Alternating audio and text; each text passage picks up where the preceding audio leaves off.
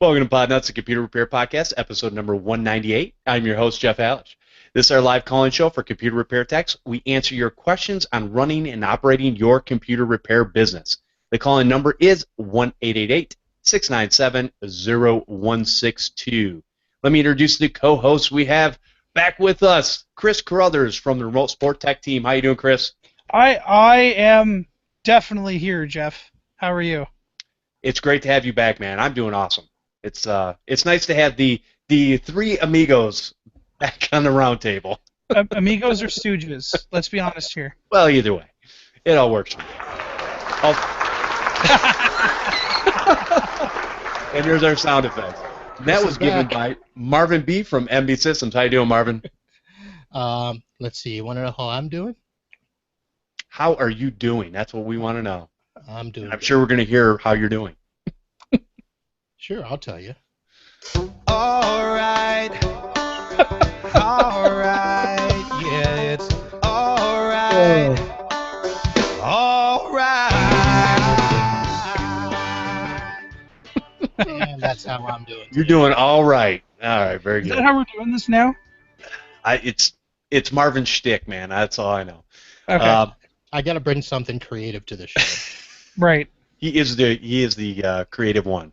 Okay, so let's go ahead and start off with Chris. Since you haven't been here in a while, why don't you share a tip or a story that we could learn from? I mean, what's been going on with you?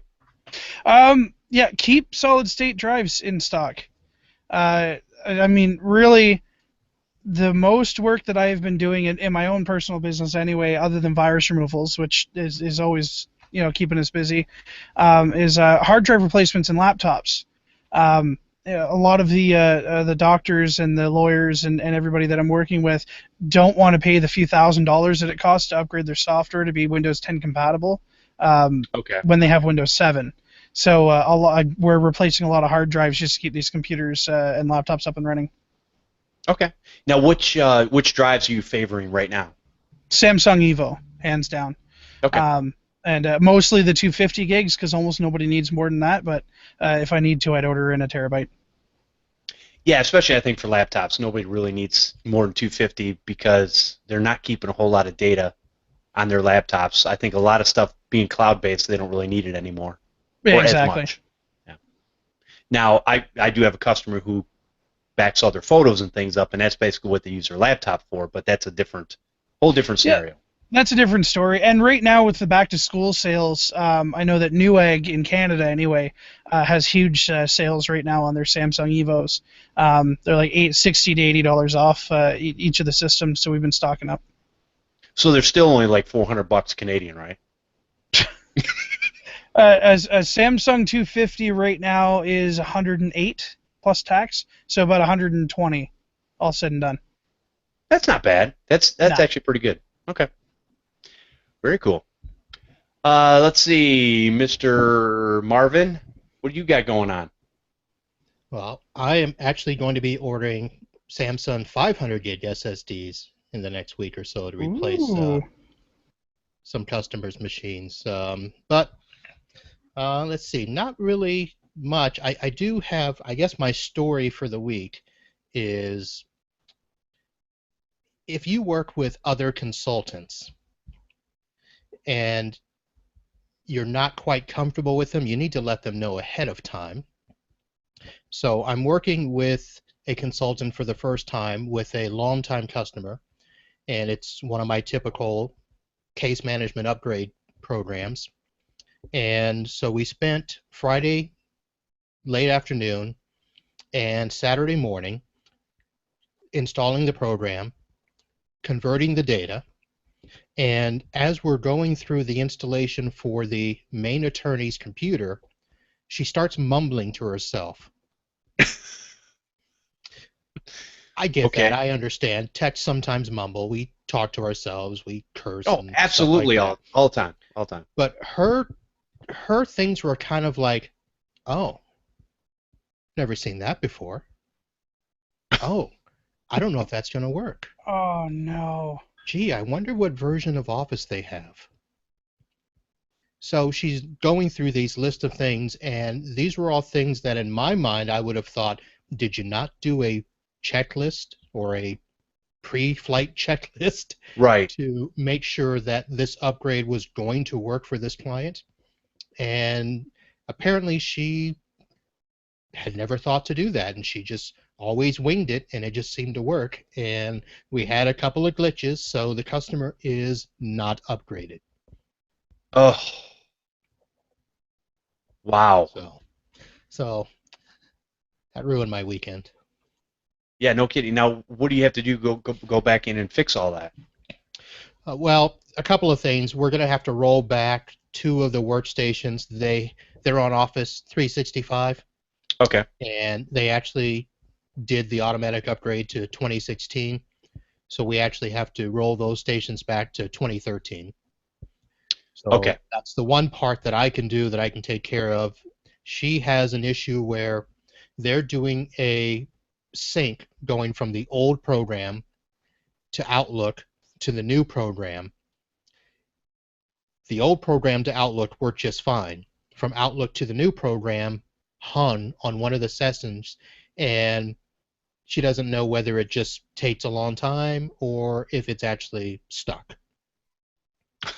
So all we could do at midpoint yesterday, as I told her, I said, we are not going to sit here and wait for this.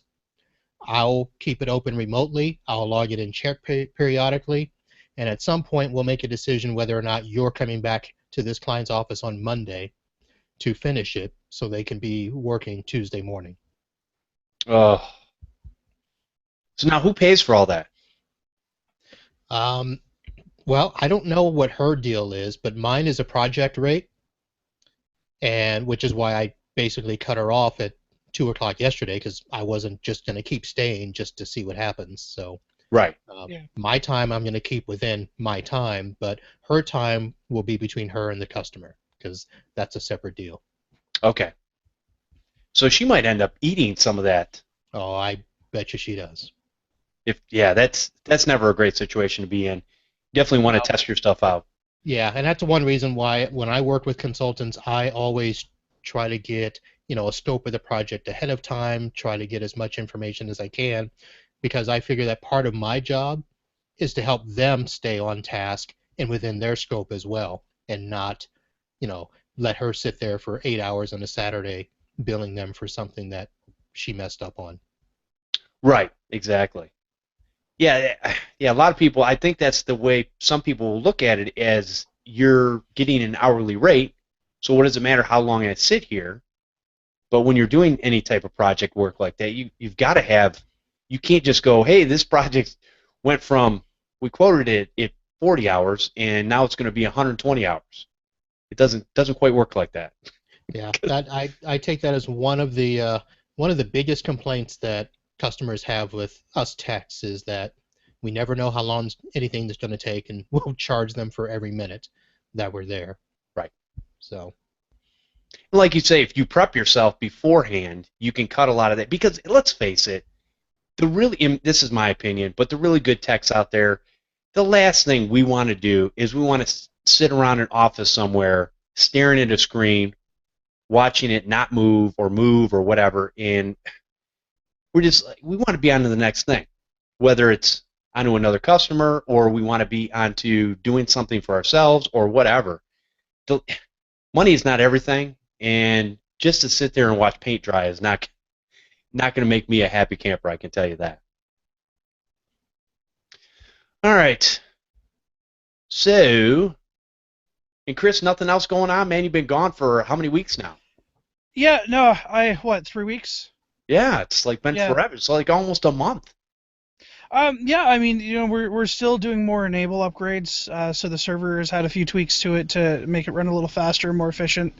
But like I said, it's been laptop after laptop after laptop going across the desk. I think that coming into back to school, I know that a lot of people have been saying that, I want to give this to my daughter for college, or I want to do this, or so that really, I mean, that's been the bulk of the projects. So yeah, a lot going on, outside of work, but work has been a lot of business as usual. Gotcha. Which is strange. No, it's good. Yeah, this time of year I love it because kids will go back to school, and usually about a month in of going to school, I get phone calls and goes, "Hey, can you replace this laptop screen?" Yeah. It's like, Yeah. on a brand So new my kid machine? left a pen on the keyboard. Yeah, Yeah. absolutely. I'll do that. No problem. Yep. Oh man. Oh, let's see. One thing I ran into this week, which I found very interesting, and it's a problem I've had for a while, and I was looking for a quick solution of which I really didn't find one. You can do things from the command line, and we'll talk about that in a minute. But without going into all that, I've been having a lot of customers' data that I'm backing up, and I don't know what it is. It could be a web cookie of some sort that was saved in a file somewhere. And what's happening is there's a lot of files that are over 255 characters, I believe. And Windows kind of chokes out. Actually, it's not Windows itself. Windows actually doesn't have a problem with it. It's actually Windows Explorer that has a problem Yeah. with reading past that number length or letter length. And so you can't rename these. You can't delete them. Windows Explorer literally won't let you do anything to it. So I was sitting there one day, actually yesterday, and I just figured this out, and I'm like, well, how do I get rid of these files? Because I had to delete customer data after keeping it for a month, and their stuff's all good and everything, and I get rid of it. So I used 7-zip and opened the file up in there, renamed it inside of 7-zip, and went back, and I was able to delete it, no problem. So that's one of the ways that you can actually do shorten the file names for those to be able to delete them. The problem is, it's fine if you're only talking about a handful of files, but now I'm finding these folders when I'm doing these backups of computer systems that are like huge with 30, 40, 50, 60 different files, and you got to sit there and you got to rename each one of them something different. So I got to the point yesterday where I was basically hitting Shift F2 inside of 7-zip. It would open the file up to rename it, and I would just take my hand and just go across the keyboard in random motions so that I never had the same one. Because I started off, I was naming the first one 1, and then 2, and then I'd forget, and it was just a mess. So that was one of the things that I had finally figured out yesterday because I needed to clear my data drive. The other thing I would have had to do is by the time I moved the data off and got everything back where it needed to go, I would have basically had to format the drive to get rid of that. Now you can go into the command line because once you're in the command line and you look at that file structure, once you find it on the disk, right, whether C or D or whatever, what you'll do is it'll have I believe it's 8 characters. It's like a string 8 or something like that. But Yeah, anyways, and then it gives the tilde. yeah, and then it gives a tilde for the rest of the garbage. So you can go in there and manually delete each and every one, but I'd rather stick a fork in my eye any day than have to sit there and do that. So I think the only way that you could have made that renaming process more efficient is to have a kitten technician standing on your keyboard and then a laser pointer. there you go. Move them across. There you go. Okay. Yeah. When I looked for different, and if anybody knows, let me know, but are there any Windows programs out there that you could basically download that are inexpensive, that you could basically take those files with the super long names and delete them? I couldn't find any. So I didn't really want to spend a whole lot of time on it because, like I said, I would have just formatted my data drive and gone on my way. But that's me. There is a program called Bulk Rename Utility. Okay. That is out of the UK. I've not used it in a couple years, but I used it one time, and it did the trick for me where you can set up a rule for renaming batches of files. Okay. That's good to know. And what was it called again? I'll look it up. Okay. Bulk rename something. Gotcha. Utility, I think. Because the one I ran across, which may or may not have worked, I just didn't want to mess with it, I think was called Unlocker. Was one of the, and it's an older program, a few years old, and somebody was saying that might work in that situation, but I already had 7-zip on my system, so I just took the 15 minutes and renamed all the stupid files and got rid of them. But anyways, learning experience for me. Files are so stupid. It is. It does. It's like, oh. Anyways, all right. we'll definitely add that to the show notes then, because that'd be a great utility to have on your USB stick or bench computer. It's just ridiculous to have an operating system that can function with those file lengths and then not build an internal file browser that can display those.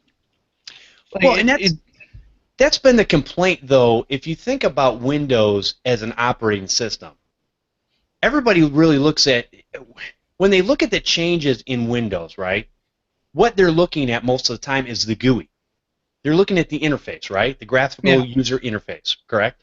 And the reality is the back-end code to most of that stuff is not really all that different since like Windows 95. I mean, a lot of that stuff is very, very similar. So, yeah, they might pull some code out, they add some back end, they make it a little more efficient by doing different things. But the reality is, Windows Explorer, all these things that were built in the operating system from years ago, pretty much operates the same way it always has. And for whatever reason, and again, I'm not a coder, so I wouldn't know. Apparently, there's a reason to have a 255 file name problem, I guess, or however you want to look at it. And I think part of the problem is it's not just the file itself. When a file itself is over 255 characters, yes, that's ridiculous, and that's usually, like I said, a cookie or something like that. But what's happening is, if you look at the organization on a lot of people's computers nowadays, the organization goes in a file structure that really, really goes deep. So you might have 4 or 5 different file names, right, for folders, as you dig down into this file tree to get to whatever file. Well, if your average file name is, I don't know, 10 characters, let's say, and you've got 10 different folders because you've dived down so deep, that's 100 characters there. And then you've got the names of the files and so on and so forth. So I think it's real easy to do, and I think that's why I'm seeing it more and more. Because I've never seen this before where I haven't been able to just delete data without actually going in and renaming the files. Yeah. So this is new for me. I mean, unless it's been my own stuff, and I mean, I've seen it before, just not in data backups. Right. How about you, Marvin? You deal with that stuff at all, or no? Not really. Nuke and pave? Nuke and what's that? Hey, it's a workstation. You don't need anything on there. No, I'm just wondering because I don't know how businesses do it nowadays. If their file structures are, everybody has their own way of doing things, right? They have their own way of doing a file structure. Well, here's the only time we've run into situations like that is when users start embedding folder after folder after folder after folder. Right. And most of my customers, at least mine now, know that they can only go about 3 folders deep. Don't try to, keep going. Okay. And doing that. So we've only run into that a couple of times, and usually we've been able to just, it's one folder, so we just rename that one folder and go, because it's usually the folder path that really becomes the issue, not the actual file name or anything. Right. Like that. Yeah. Right. So. Yeah, because this one I had, I mean, I can't tell you the names of the files, or the file folders themselves, but there were 6 of those, and they had this ridiculous length, right? And then the file itself, I mean, it adds up so quickly that it's just ridiculous. But Right. So that's something you actually teach your customers? Yes and no. Okay. Because for most customers, they don't really have a choice. The folder structure is set up, and they're not allowed to change it. Okay. So, for law firms, for instance, they'll have a folder for a client, and then underneath that folder, they'll have correspondence, pleadings, responses, affidavits, and that's it. They can't make other folders. Yeah. Okay. So, in that respect, most of them don't have to. It's the ones that, they don't have a case management software, or they don't have a firm administrator, the secretary that starts at a firm and it's 2 attorneys and she gets to do whatever she wants. That's a situation where I do have to go in and say, okay, you know what? The first time it happens, all right, no big deal. Just know you can't do that anymore. And then she'll, of course, say, why? I do this all the time at my other place. Right. Yeah, because that's always the answer, right? Yeah. Because they didn't have me. That's why. So Just because you did it all the time doesn't mean you weren't doing it wrong. Okay, you can ride the clutch as much as you want, but eventually something's going to go down. Well, and a lot of people, just from a standpoint of being efficient, I guess, I've even had to change over the years. I've changed my file structure several times to work for me because, man, I'm telling you, sometimes I've got so many things going on that to go to find something, I have to make it as efficient as possible. And actually, that's why, for me personally, I loved Windows 8 and I love Windows 10 because I'm able to basically, I set up shortcuts to my folders, and it's on a big 30-inch screen where I can hit my Windows key. It shows the folders I go to all the time. Takes me like 2 seconds, if that. Click on it, boom. I'm in that folder getting the document or whatever I need out of there. So it makes me that much more efficient, where before I'm going over the start menu, I open that up, I got to find, let's go to C drive, users documents, blah, blah, blah. And you're going through all this file structure to get to the stuff you need, or and I can't stand this, and I know a lot of people out there have their computers this way, and that's fine. I'm not judging. I'm just saying. Yeah, you are. You got crap all over your desktop. And when I look at it, because I back this stuff up all the time, I'm looking and I go, if I wanted to find something, I wouldn't be able to anyways, even if it was my system. But apparently everybody has their way, and oh no, I can find it. And most of the time I can guarantee you, if you don't make a system that works for you, I can come over and go, hey, where's that document on this? And let me do a search for that. No. You just need to know the first letter of the document and then hit that button until it comes up. Start typing. No, and there's a lot of truth to that, but it's like I know we've all ran into that where we're just looking for something and we go, I know I had it here, I know I had it in this system. So I've really tried to take the level of taking the file system and only doing one folder deep and then having my documents in there, right? And then I'll create another folder outside of that and have different documents in there to keep the separation. I guess that's all I'm really saying. Anywho, all right, enough of that. All right, let's take a quick break, and then we'll go on to our main topic, which I think is going to be fiery and interesting. Okay, Podnutz and Podnutz Daily guests. If you would like to be a guest on Podnutz Daily and talk about your business or a specific subject that you do in your business, or you would like to come on and be with us as a roundtable for talking about different subjects, or maybe even bring a topic of conversation to the show and being a guest on the show so that we can talk about different things that other people want to hear about. And we want to kind of rotate the faces, so to speak. Obviously, we've got the three amigos. I'm going to stay with that.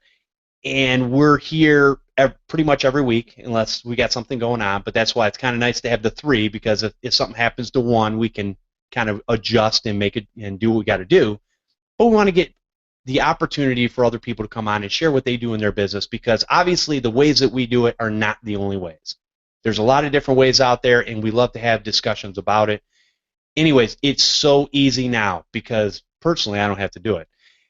All you have to do is send an email to guest@podnutz.com, and our good friend Paco LeBron is monitoring that email, and he will set you up. We have a shared document where we can actually set you up for either the live show or Podnutz Daily. So definitely check that out, and remember, it's guest@podnutz.com. Real easy. If you don't know how to spell guest, look it up. Google it. Yeah, there you go. All right. So that was our ad for today. It was my ad. You know why? Just remember, there might be more than one way to do things. Absolutely. There's only one right way. Yes. No, Right. My way is the right way, but other than that, I mean, you're free to choose what you want. Okay. All right. So we were talking before the show, and to be honest with you, sometimes I come up with a topic beforehand, or one of these fine gentlemen will come up with a topic beforehand before we get on here.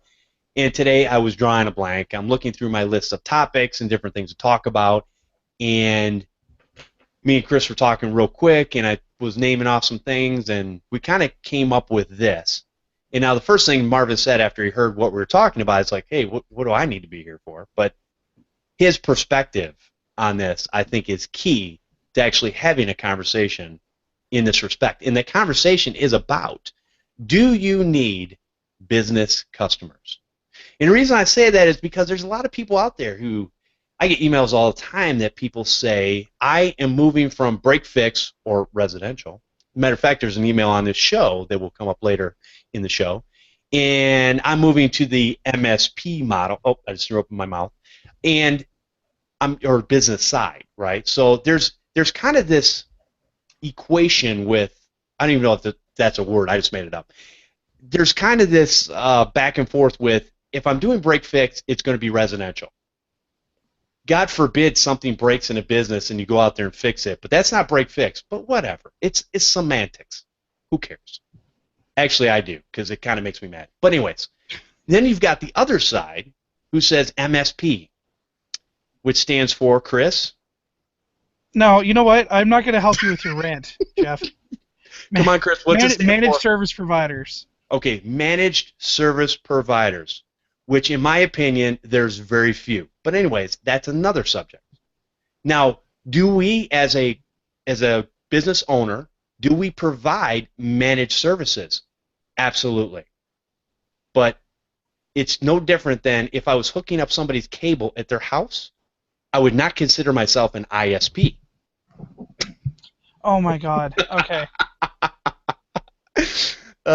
So my whole point to that is, yes, most of us do some sort of managed service, whether on the residential side or the business side, and that's fine.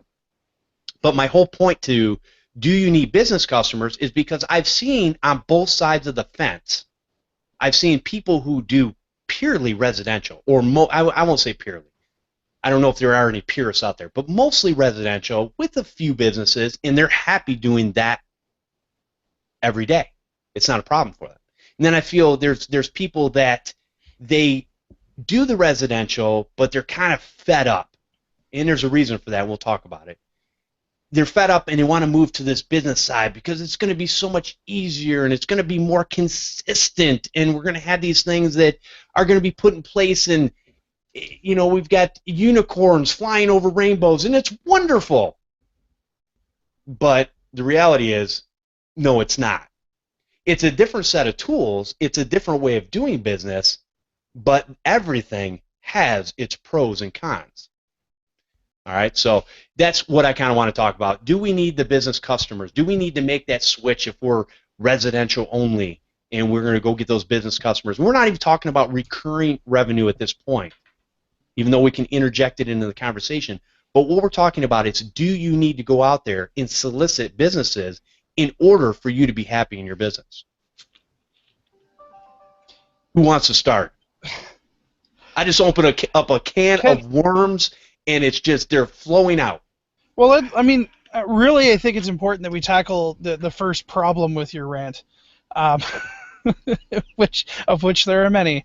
But the biggest one is you can't equate residential with break fix. I think equate was the word you were looking for. There you go. That sounds good to me. Nor can you equate business support with MSP. I like it. You can't do that because that's not how it works. I know people who are purists. I actually know at least 3 technicians that I can think of off the top of my head who will not do business support. They only do residential support, and that's what works for them. But that doesn't mean that they're just break fix, right? They provide other services to their residential clients, right? So that's the first thing. This is not a break fix versus MSP conversation. This is a business versus residential conversation. I can tell you that personally, what works for me, I prefer business over residential customers, but I will not stop servicing residential customers. I'll stop serving specific residential customers if they give me a problem. Right. But I'm not going to turn down work just because they're residential. I can get into more of that later, but I think that was the main point that I wanted to bring up now. No, that's good. Marvin, your opening statement?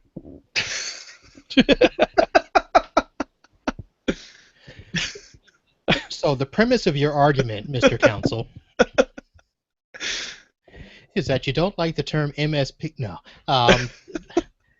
So basically what Chris said, I think really it depends on what you do in the area that you live in and service. Because there are, in a lot of areas, there is a huge need to service the residential community. And it can be done without supplementing it with business customers. So if you're just going from the pure standpoint of the question, do you need business customers? The answer is going to be, in a lot of places, no. So then the argument moves on to the second point of techs that are getting fed up with the residential market. And I think that's really probably the bulk of where that is going to come from. There is probably a lot of disdain for residential customers, and it's for a lot of the reasons that you mentioned, where there is no consistency. You're basically walking into a new situation regardless of the problem. It could be the same problem 10 times in a row. My computer is slow. Right. Yeah. But there's obviously going to be at least 10 different reasons as to why a home computer could be slow. Whereas in a business environment, if it is done properly, and it doesn't matter whether it's handled by a managed service provider, a trunk slammer, or anything in between, if it's done right, most business systems are going to be standardized to the point where slowness will be one of a few things as opposed to one of 100 things. But it can still happen, and there's just as much inconsistency in business as there is in residential. Right. Yeah, there's a lot of truth to that. And I think, too, from your standpoint, Marvin, you went into the business side because you started off with fixing computers or actually putting computers together for a company back when you first started. Then you started branching out into doing some residential and stuff like that, if I remember correctly, and you eventually moved over to more of a niche market of networking and networking computer systems together to servers and so on and so forth. And that's kind of where your expertise is nowadays, because there's a lot of times where I've heard you say it on the show where you're like, there's certain things you guys talk about from the residential side, I don't do. Somebody else will do that, but I don't, because my expertise is, for the business side, is the networking. Correct, and that goes the same for even smaller businesses. I had a lady send me an email that, wants me to come in and replace her 2 machines. She wants me to pull out the server and network their 2 workstations so that she can use Google Docs and be happy. I won't do that. Okay. My specialty is in networks with a server, preferably a law firm. And with a law firm, I'm really good at connecting multiple offices. Right. So, for me to go out of my way to, handle just a 2-station peer-to-peer, it's not that there's anything wrong with that. It's just that that's not what I do. Right. And I don't support Google Docs at all, so there's no sense in me, trying to wing it and say, well, I'll figure it out. It can't be. How hard can it be? Right. That's the thing. Because we are fixers, I guess is the best word, by nature, right? And I think anybody that gets in this business, you like to fix things of one nature or another. We will attempt to do everything. And I guess my whole point to this in talking about businesses, and I want to hear what Chris has to say, but my whole point is, do you need business customers? A lot of people are talking about, and you mentioned it, Marvin, talking about the frustration of residential, right? And I think really what the residential side comes down to is, here's the bottom line. If you're frustrated with your residential, and I hear this all the time in different groups and forums and stuff, you're not charging enough. In other words, you could get rid of some of your bad customers that are cheap and aren't going to want to spend any money at all and go with a little bit higher end residential client. There are people out there that like that. We've all seen them at one time or another where we go, I wish I had 100 of these customers. This is all I would ever do. And then we go and the next person wants a discount and they want this.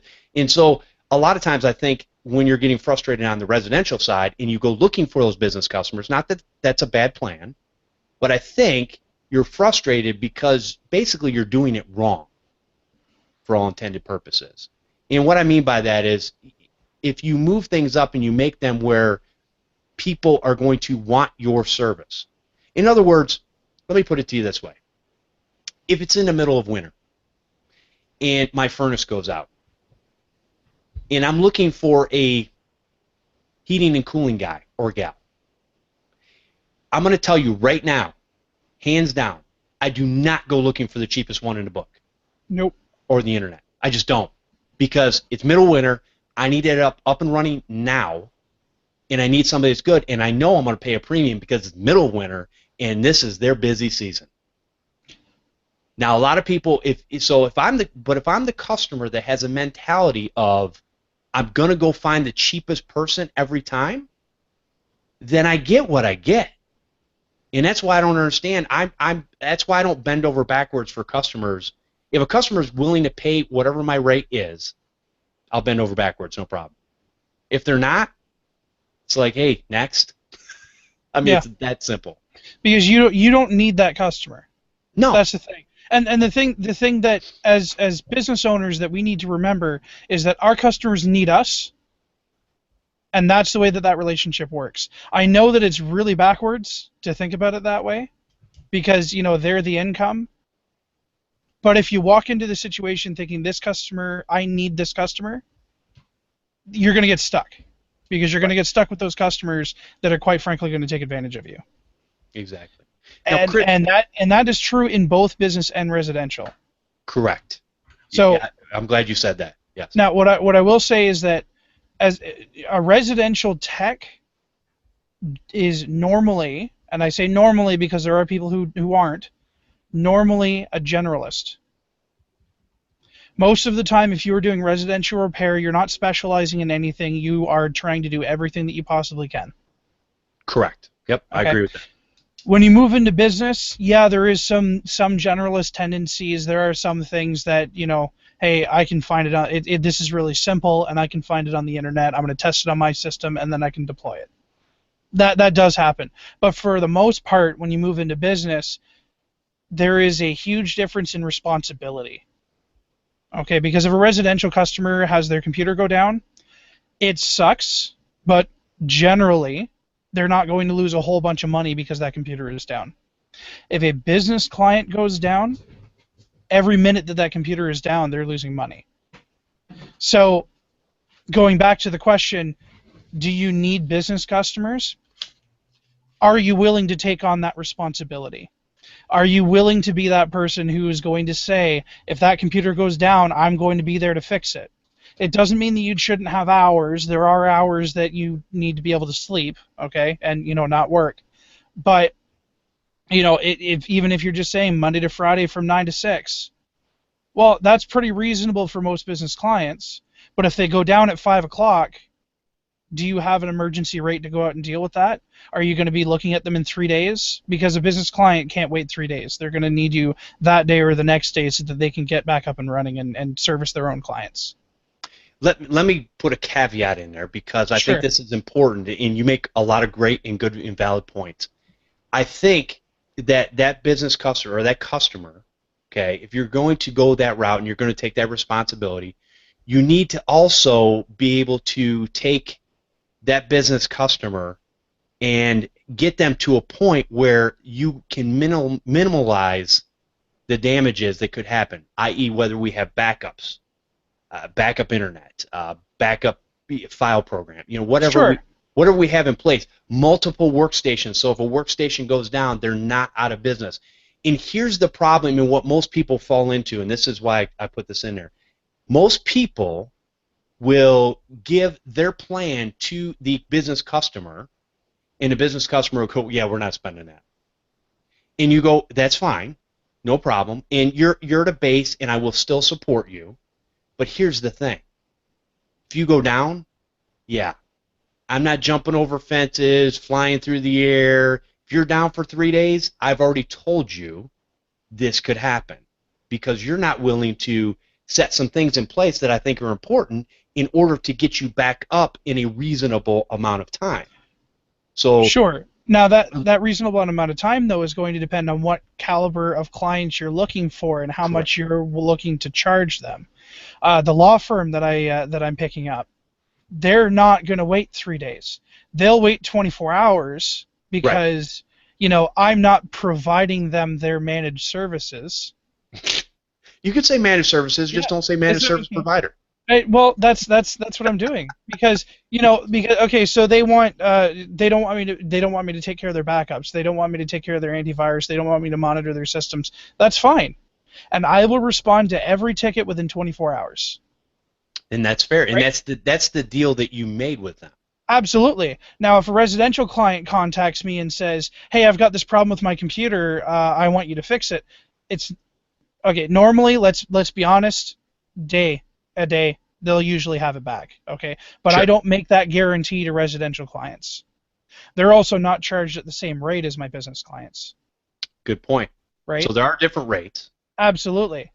So there's a very, very different approach that you need to take with business clients than with residential, and I think that anybody who's looking to move into business, I think they're making a great step for themselves if they're ready to take on that responsibility, if they're willing to learn new systems, if they're willing to specialize in something. Because for you to get into a business, if you don't specialize in something, most businesses aren't going to have anything to do with you. They don't want a generalist. They want somebody who knows how to take care of their systems. Oh, let's be honest. Most businesses don't know what the heck they want.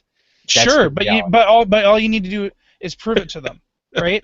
I mean, Marvin, when you go into a business and you're talking about law firms, you're saying that law firms is your preferred client. Why? Why are law firms your preferred client? Well, basically, for the last 15 years, that has been the basis of the software that I've worked with. So,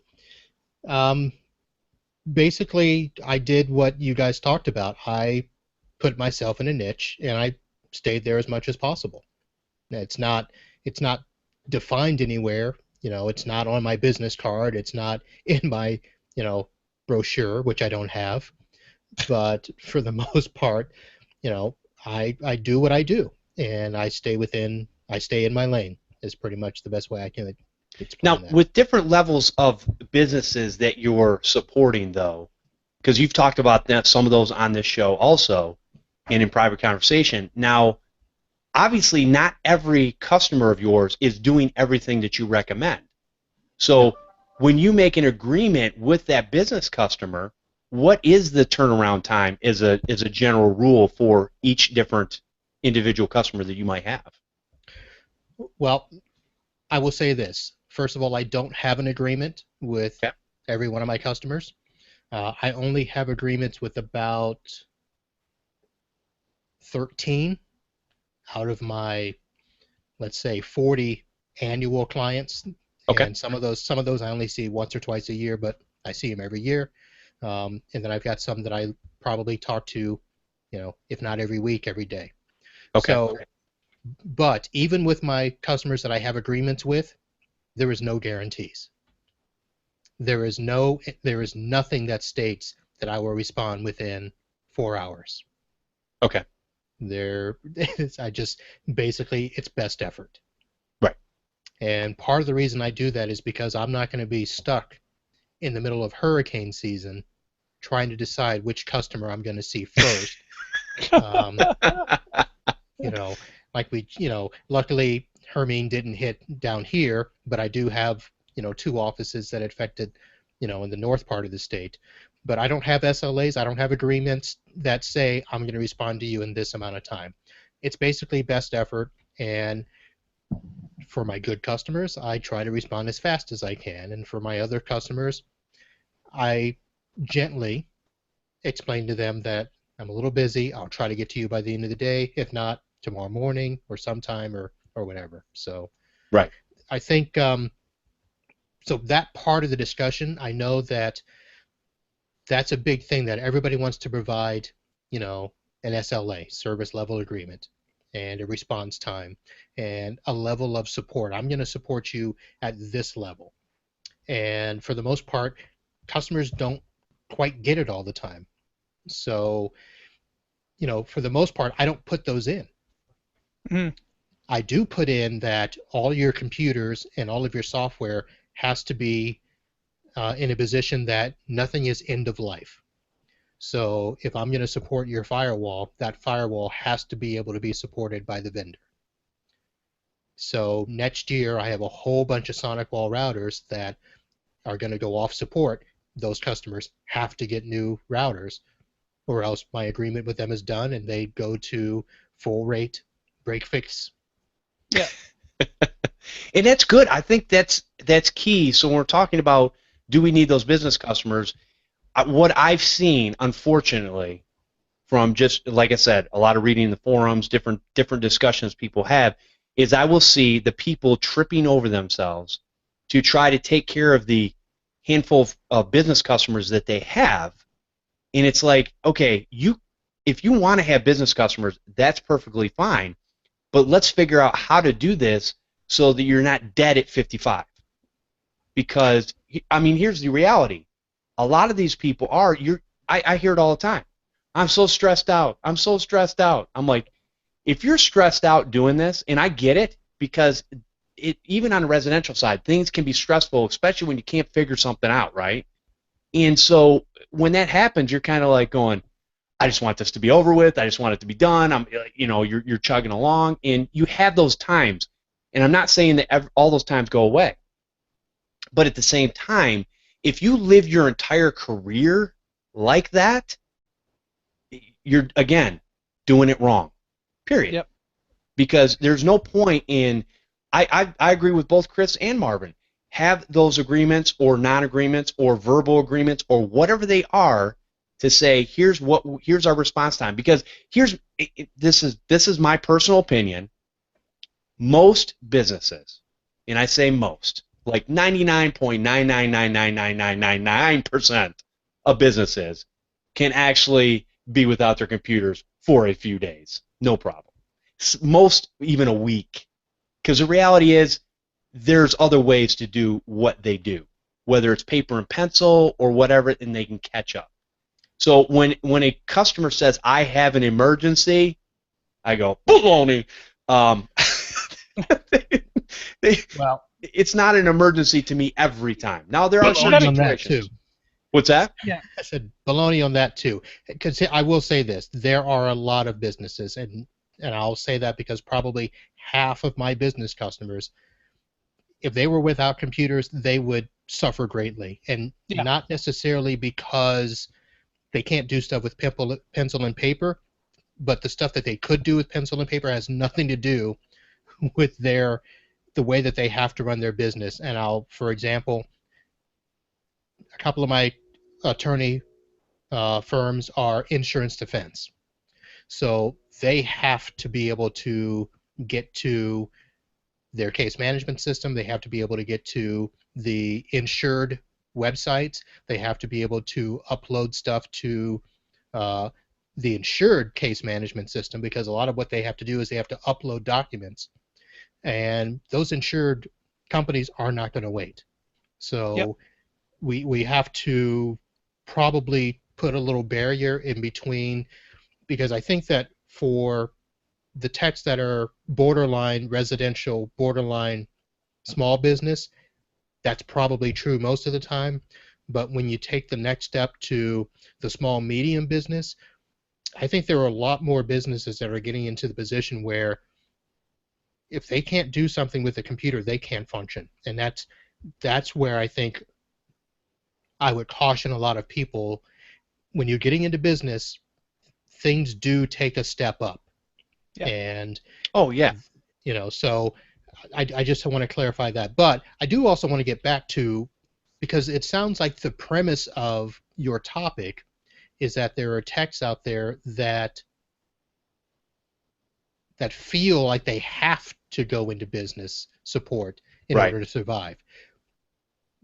I don't understand that. Because I think that there is a ton of residential business out there that you can survive on. Now, I may be wrong in some areas, but I know that, at least here in South Florida, if I did want to, I could survive doing only residential. Sure.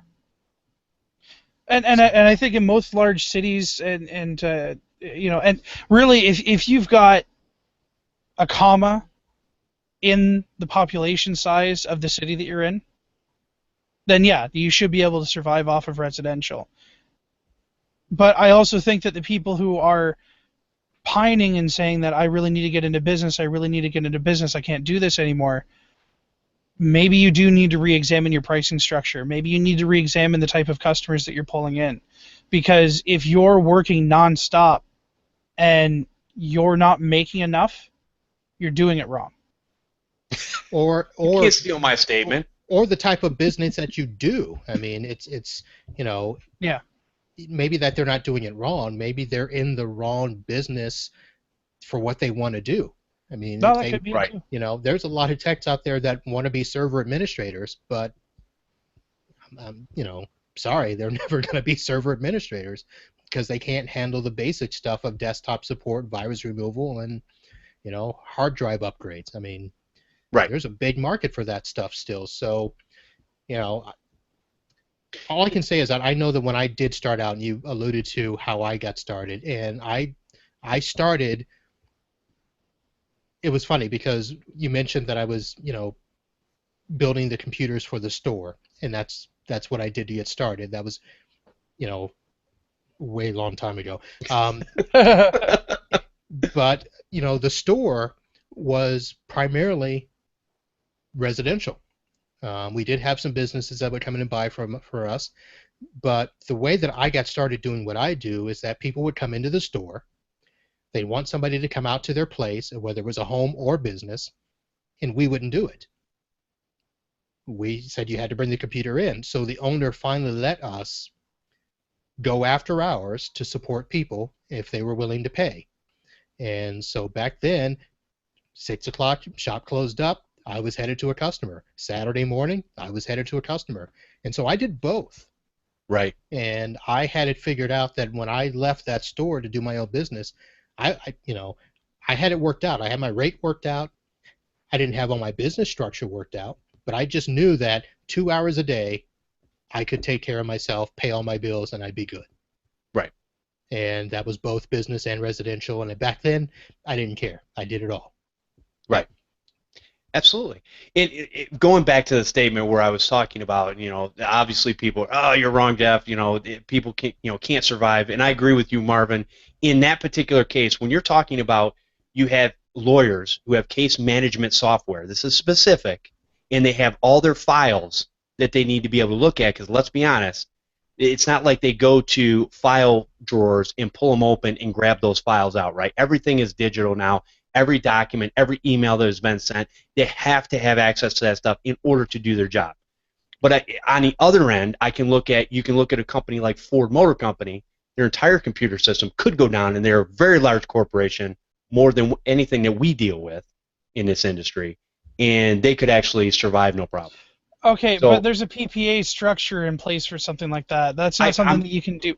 I understand that, but what I'm saying is, let me take it down to another level. If you're taking payments for a product or service that you're providing, which when we're talking about small businesses, that's what a lot of people are doing. Okay, if your POS goes down, you can absolutely continue to do business, because I've seen many, many businesses do it over the years. Sure. It's not a problem. So, and that's what I'm talking about. Most people are not taking care of law offices necessarily, or things that have specific software that you need to have in order to be able to do your job. So there are both. I get that. So the whole point is you need to pick what it is you want to do. And let me give you another example. Marvin, do you do any cable drops? Yes. Okay. Now, so if somebody comes in with a big project and says, "Hey, we need 150 cable drops," do you do that, or or do you hire it out? No, that I source out. Okay. So you'll do a singular handful of cable drops, correct, if needed? Yeah, it depends on the project. If it's something where, I mean, I have done office build-outs, but I choose not to. That's not my niche. Right. So, Niche. There you go. No, I think that's perfect, and that's But- my point. There's different things, and now, would you say once you started going into the business side, you started dealing with the software for lawyers, that you feel real comfortable taking care of those types of businesses versus maybe other businesses that are out there that you could do, but there would be a learning curve to be able to do that? I think nowadays that software-wise, there's going to be a learning curve. I didn't start out doing attorneys. I actually started out my first, I had a school. That was my first big business client. And then I basically got into the auto body industry. And that took a little bit of time because their estimating systems were all, even though there were only 3 or 4 at the time, they were pretty intense. But I was hired to come in and install servers, but as part of that, I had to be able to install their software, support them, and do all that. So the industry, especially for law firms, is getting a bit murky. I mean, there's a ton of software out there, so I can't say that I'm 100% comfortable in the sense I know the software's packages I can support, and I know the types of network I can support, so I'm comfortable in that. Okay.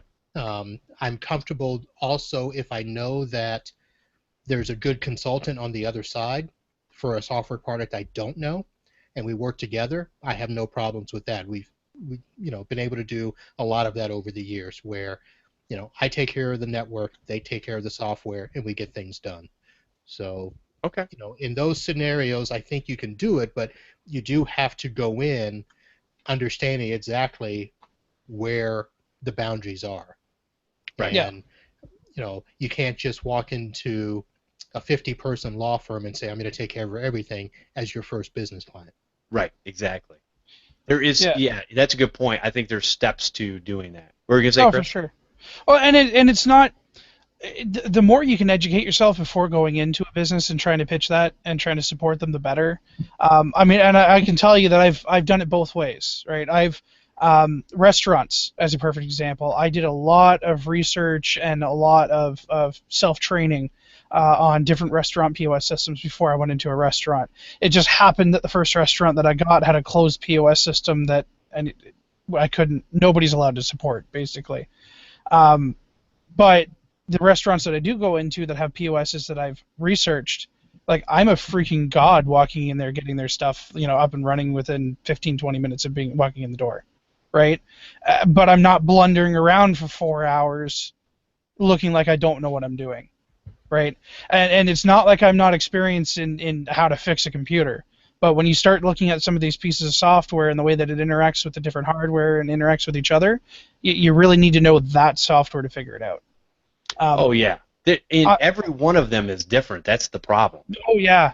No two POS systems work No. the same way. And just because you know why the ticket printer stopped working for this one doesn't mean that you know why it's going to work for the next one. Exactly. But the alternative there, and I've only ever done this once, and there's a really specific reason for it, but if you wind up with, mine was a doctor's office. My doctor wanted me to fix their computers because the IT company that they had grew too big for their bowl. And they weren't coming out, they weren't returning their phone calls. It was taking her a week to get them to come out to look at a printer. Okay. Right, so FYI, guys, don't be that guy. Yeah, right? You either have too many clients or you need to hire people. Right. Anyway, so Or no partner problem with the when printer repair company. There you go. well, that's the next thing, because you know what? Leasing can be an entirely different conversation. But anyway, and so went in, fixed the printer. Okay, hey, can you take a look at this? Yep, no problem. Hey, can you take a look at this Mac? Yep, no problem. And then the question comes up with their software. Hey, listen, so the software, the medical software that we use that's on this Mac for some reason I can print from the Mac, but I can't print from the medical software. Can you fix that? And that was when deer in headlights. I have no idea what the software is. I have absolutely no idea what I'm going to be able to do for you. Tell you what, why don't you give me the number for the company that makes this software, and I will sit at your desk and call them. Now, I spent 3 hours on the phone with their support, and I learned a lot. I took a lot of notes. I billed the client for 1 hour. Okay? I don't give away free time, but I got a lot of training out of this, so I was willing to give them the 2 free hours. Right. Exactly. That's a good point. And now, when they call and say, hey, this went wrong, I can remote in, and if I don't have it figured out within 15 minutes, I'm calling that company again, and I'm getting more training and more training and more training. Probably within the next 3 months, I will be happy to advertise that I can support that software. Right. Right? Exactly. And that's so it's not like you can't get there. Mm-hmm.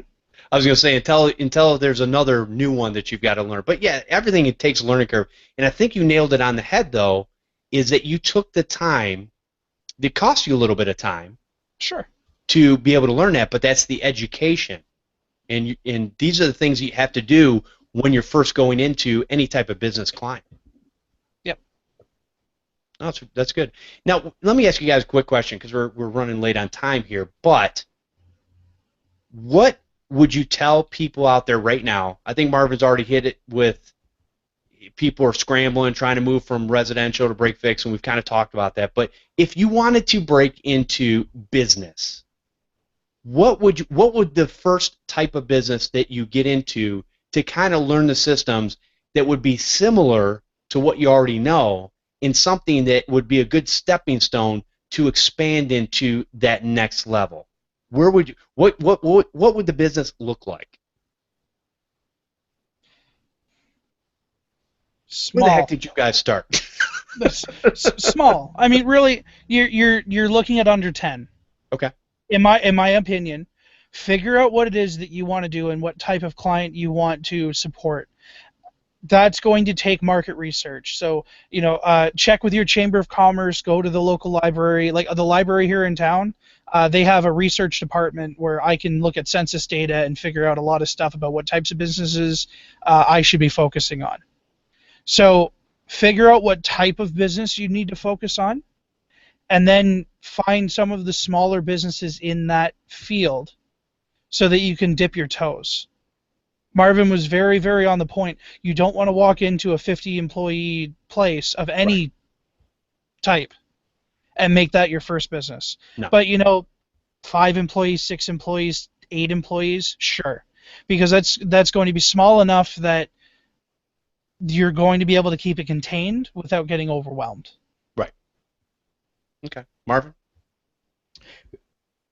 Yeah, and it also depends on what other services you provide, because businesses are going to differ in the sense that if you want to support, like I did, only businesses with servers, then you got to start with a server somewhere.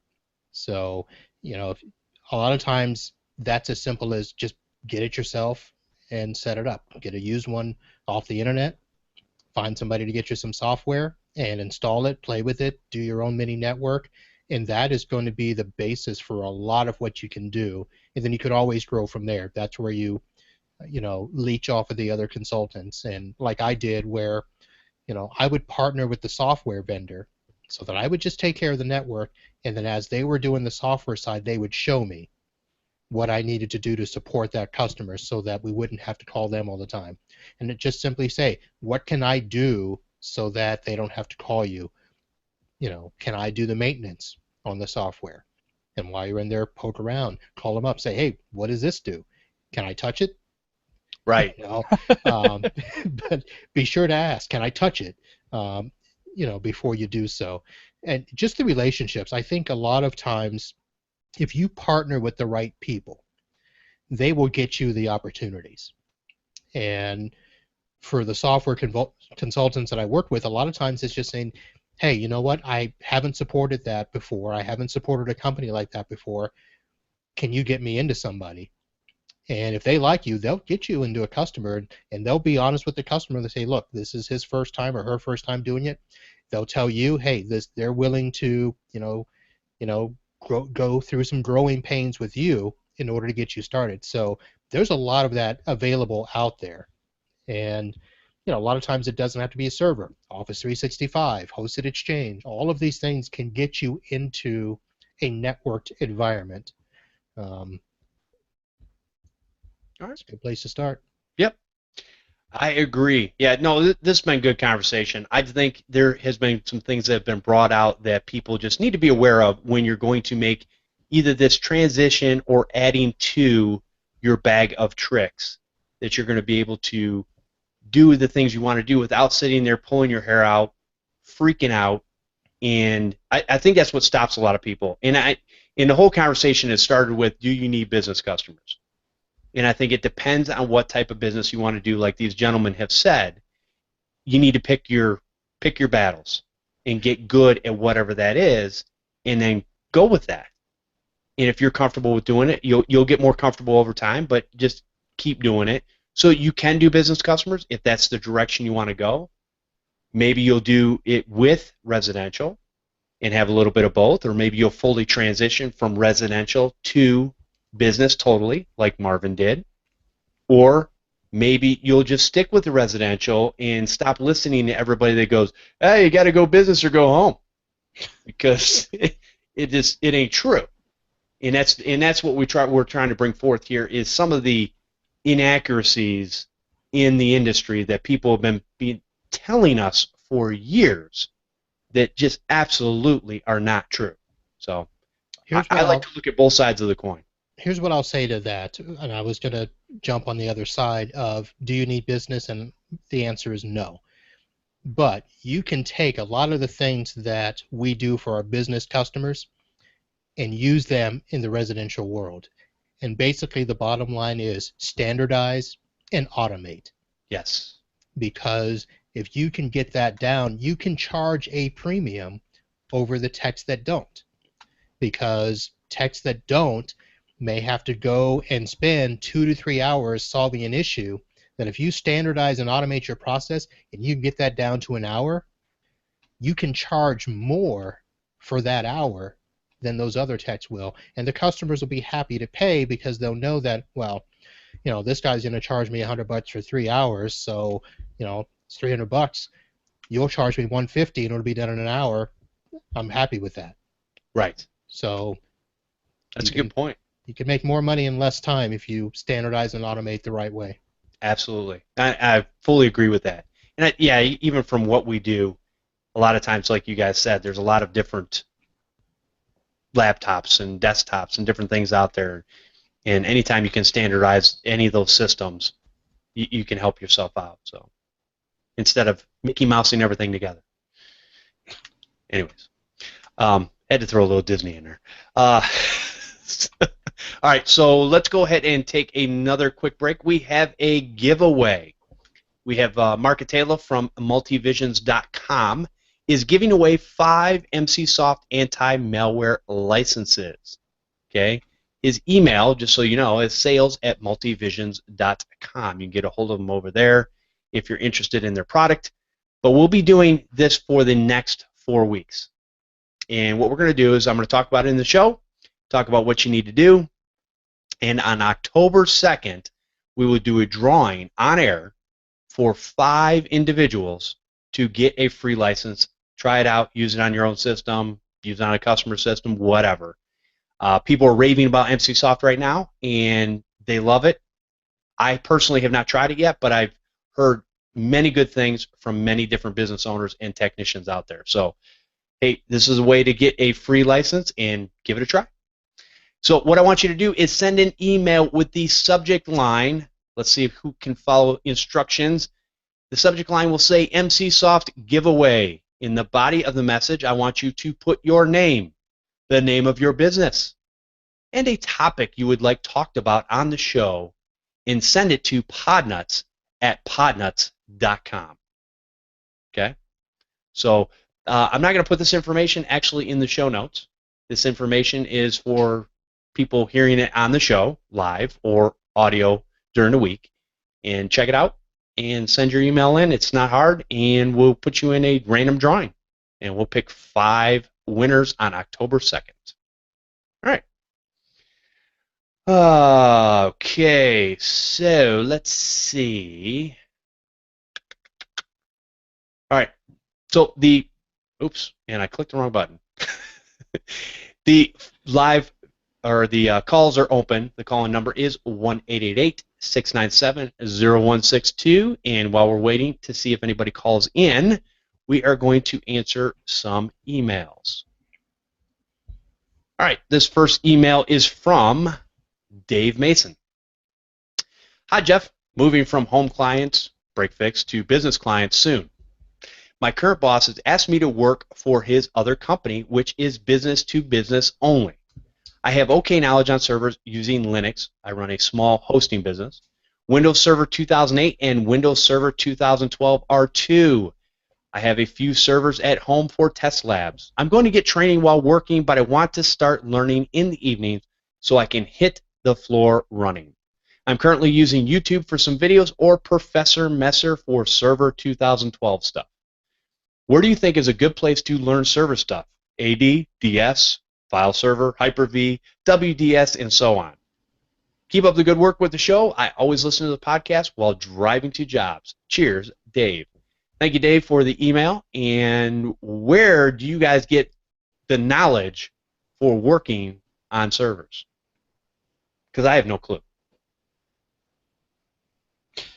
Well, I mean, I went to college, so that's that where. means you have a piece of paper on the wall. That's great. Yeah, and well, yeah, but we did a lot of instructor-led server training, so I mean that's where I got it. But there's also it's a button on my desktop. Jeff, help me out. It's the online training thing that we kept talking about. Oh, IT Pro TV. itpro.tv. Yes. There's a lot of great instructional videos on there, and labs. So, yeah, IT Pro TV.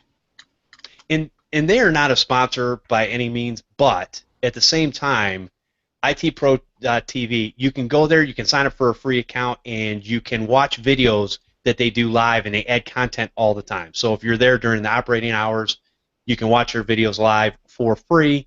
And I think if you, whatever the subscription is, you pay for that, and then you can go back and you can download things and look at those at your own leisure and look at the other labs and different things that were done over time and have access to their whole library. I believe that's how it works.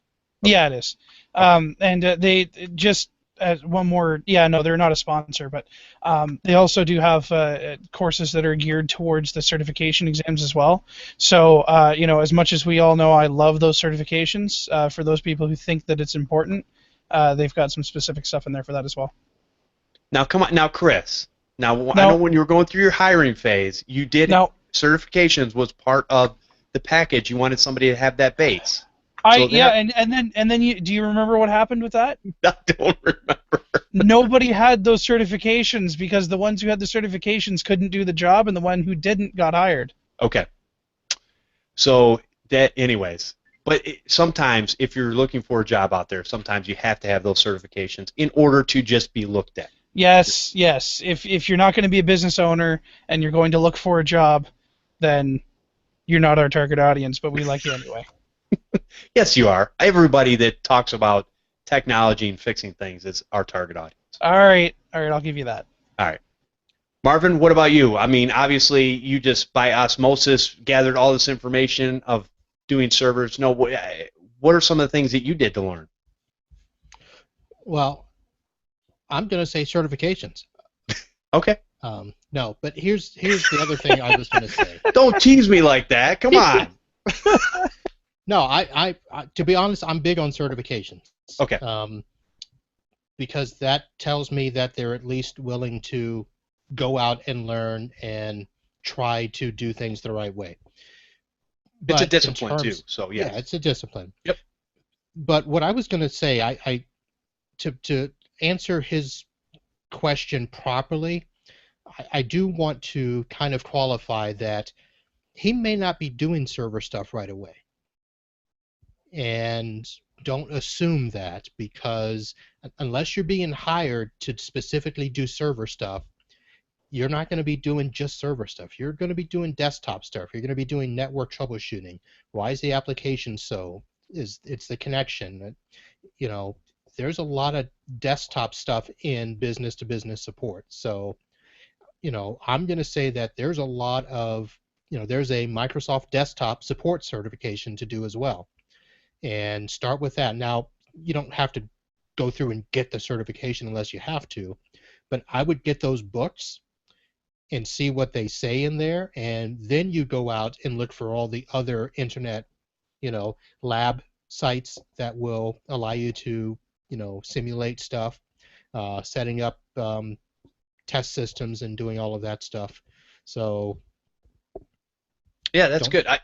I've always been, if you can learn something, whether it be from a book or somebody teaching you, those are great ways to learn. And I think a lot of people can grab those certification books and read that stuff, whether you take the test or not. I think it's a good avenue to get an understanding and start looking at some things and getting in your mind of the things that you might have to do down the road. But I agree with Marvin. I think that in other words, we're not going to take a new guy and go, hey, by the way, we got this server and we need you to do X, Y, and Z with it. It's not going to happen because, again, I don't want any employees or anybody that I'm working with to go in there and mess it up, and then I've got to come back behind them and fix it. This is not going to happen. Well, yeah, somebody that's going to know what they're doing. That is the problem. You know, a lot of, and again, I think that's the problem too with techs wanting to do business because they want to do the glory stuff. Oh yeah, it's real glorious. And yeah, you know what? You got to take care of. You know, janitor's got to do his job too. Yeah. So if you got to, you know, if you got to clean malware, clean malware. Yep. And if you got to learn how to clean, if you got to learn how to clean it better, clean it better. There you go. Clean it faster. Then you'll be recognized as, oh, maybe this guy knows what he's doing. Hey, let's give him something a little bit, you know, with a little bit more responsibility. Right. Absolutely. All right. Let's go on with the second email. This is from Colin Baker. Hey guys, love the show. I've been cycling around Ireland, listening over the last week. I have 4 repair shops in Ireland and a small show on Irish TV. I'd love to chat with you sometime about our progress over the years. I'm a raging fan of our trade. Take care, Colin.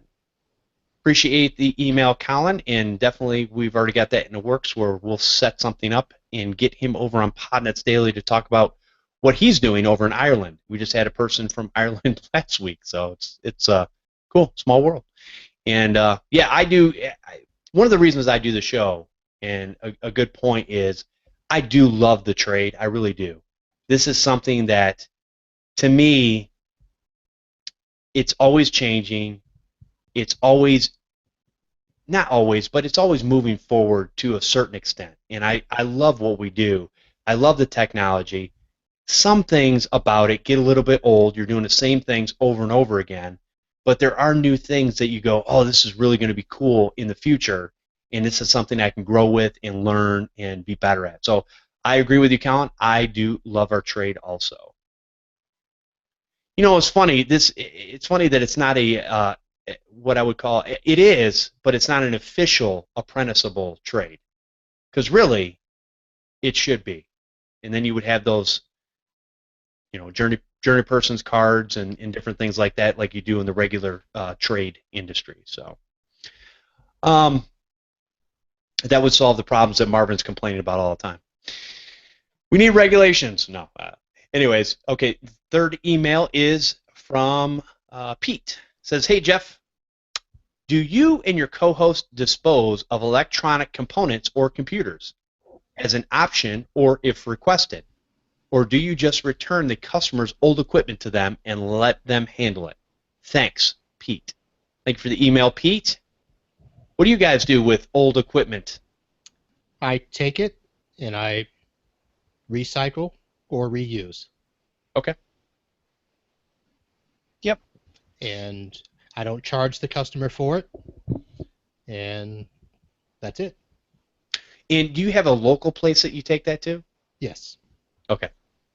Because I have a local place.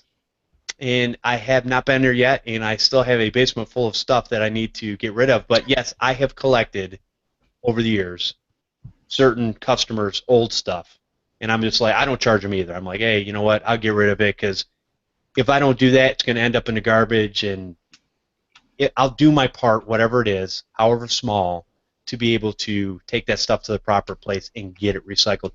Do you look for any certifications of sorts from these companies to make sure that they're doing it right? I actually did, because I do have a customer that wants me to document that it gets disposed of properly, even though they don't pay for it. They just want to at least know that I'm doing what I said I'm doing with it. Okay. So I do have one company that I did research, and they're authorized with the state to do a whole bunch of other stuff. If they needed hard drive destruction documentation, that company does it. I don't do it officially, but I have a document that I'll put together with my sanitizer and wipe the drive and do the serial numbers for the customer and all that. But I will say, yeah, always check with your local, state, country laws about recycling, because not everybody recycles the right way. Well, and I think from that standpoint too, I actually will destroy the hard drives before I hand them in. Just even if they're broken old hard drives, and it's that way I have a peace of mind when it comes to that stuff. But how's Canada with that, Chris? Good. No, I really work off of a refurbish first, recycle later. So anything that comes in that can be refurbished, I'll refurbish them. I do not give out refurbished hard drives, so any computer that we do refurbish has a new hard drive in it. The old hard drive is wiped, nail is driven through it, and then it goes to the electronics recycling. Okay. Yeah. Yeah, it must be nice to have those rich customers, because the crap that I get is like 13 years old before they replace it. It wouldn't do anything. Well, the benefit with working with business clients is every 4 years we convince them to get new systems. There you go. That's actually a rule. Yeah. Actually, I'm thinking about bringing it down to 3. But down to 3? Yeah. Why not? My 3 to 5 is my. Yeah, 3 to 5 is the 3 to 5 industry standard. Yeah. But yep. Especially if you start having a problem with that stuff, right? Because hey, we can sit here and figure out what's going on with it and maybe replace this component or that component. But the reality is, if you got a new system, you would be so much happier. It would be so much faster, and you'll love your job that much better. People don't look at it like that, but I do. That's why I do replace my system every 3 years. Yeah. Whether I need to or not. Yeah, I mean, mine are custom built, so by the time the 5 years are up, all of the parts have been replaced as I upgrade. The only thing it's funny you bring that up, because the only thing I ever actually might upgrade, literally, mine are all custom builds too, and literally every 3 years I replace the whole system regardless. What? But within about a year and a half, maybe right around 2 years, I might upgrade the video card. But see, what I usually wind up doing is 2 years new video card, 4 years motherboard and processor, 5 years RAM and hard drives if they haven't already been replaced. yeah, I replace my hard drives every year. That's not even an issue. Yeah. I haven't had to. Might have been fine. With a few exceptions. Although I need a new case because somebody dropped a microphone stand on the front of my case. Uh-oh. Well, so, yeah, it's one of those things with the hard drives. It's just peace of mind. It's not that I don't use that hard drive for something else, because I will. I'll move it to another system. It's not my production system. And not to say I've had hard drives that have failed within 6 to 8 months of being brand new. And because of all the data and stuff that I keep, I can't use, or not that I can't. I don't want to use multiple SSDs. I could, don't want to. No, I have an SSD for the main and then mechanical for the secondary. Plus, I have the full image backups, which we haven't announced yet. Okay. Anyway, I'm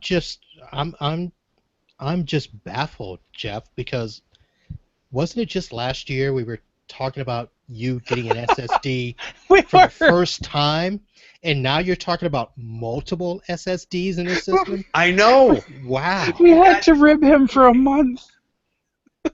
That's just, wow. The problem is if I could get a reasonably priced 2 terabyte SSD, I could do it. A 1 terabyte for data drive, it might work, but I'm kind of exceeding that at this point. So I still use a spinning 2 terabyte drive in my system. And my SSD is for my operating system. And the funny thing is, and Chris, you're a gamer, so you'll understand this. All my games are on a data drive. Yeah. And it's a spinning drive. And it works through Steam or Origin or whatever video game service of choice that I use. And because of that, you would think that, oh, it's going to be slower, and it's like, no, it's not. It's perfectly fine. It depends on the game. I can tell you that in World of Warcraft, I notice a huge difference between solid state and mechanical, and it's one of the few games that I've noticed a difference on. Because even from a map, now it's getting geeky, sorry. Even from a map loading perspective, okay, that it might take you an extra 10 seconds to load a map. I mean, that's usually about the breadth of what you're going to get with that. Now, I still, because my internet connection and different things, I still, even working off a data drive, in first-person shooters, will still get in as one of the first few people, even in like a 64-person server. Like, bang, bang, bang, bang, I'm there. So I've never had the need to move some of those games to the SSD. I should try it. I don't want to put stuff in multiple places. I don't even like having 2 different hard drives that I got to take care of. It's ridiculous. What happened to the good old days? Give me my one hard drive, dang it. Anyways. All right. Are you okay? I'm fine. You sure? I'm really fine. All right, Okay. guys, I think we've had a full and controversial show for the most part, and we'll see what type of feedback we get from it. But I've enjoyed talking about this stuff because, again, I love technology. I love the different things that people talk about, the different perspectives, and that's why we do what we do.